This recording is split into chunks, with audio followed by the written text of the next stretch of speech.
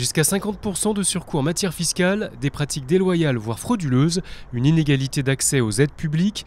Pour la CPME, il est temps d'agir contre la distorsion de concurrence qui sévit dans tous les domaines de l'économie.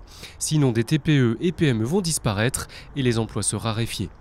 Dans ce camping à 2 pas de la capitale, la nature invite au farniente. Ici, vacances riment avec roulotte, tente ou cottage tout confort.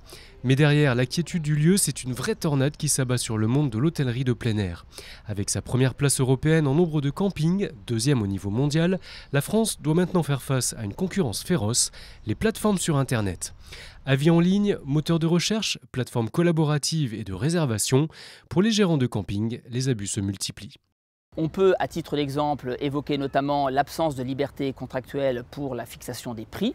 On peut également évoquer le détournement des marques commerciales et des noms commerciaux des établissements qui sont utilisés parfois de manière frauduleuse par certaines plateformes numériques peu vertueuses. Cette concurrence déloyale et faussée est une menace non seulement pour l'économie touristique française, mais également et surtout pour l'intérêt du consommateur. Cela se traduit par une baisse des marges et donc une baisse des investissements, une formule catastrophe pour les TPE et PME. Alors la Fédération de l'hôtellerie de plein air s'est regroupée avec 22 autres fédérations autour de la CPME pour alerter les pouvoirs publics. Car si l'économie collaborative bouscule le jeu de la concurrence, d'autres acteurs jouent un grand rôle, comme le secteur public. Dans cet établissement qui reçoit des personnes âgées dépendantes, les prestations sont de qualité. Mais tous les usagers n'ont pas un accès équitable à l'offre de soins en France. C'est ce que reproche le fondateur de cet EHPAD.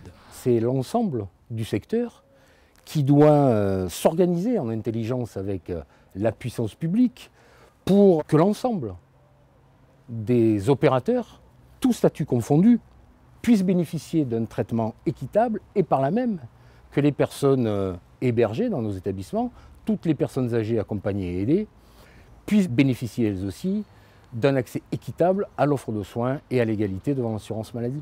Assujettissement à la TVA, taxes d'apprentissage, impôts sur les sociétés, charges sociales, accès aux aides publiques et tarification, dans tous ces domaines, les EHPAD ne sont pas sur le même pied d'égalité que des structures publiques.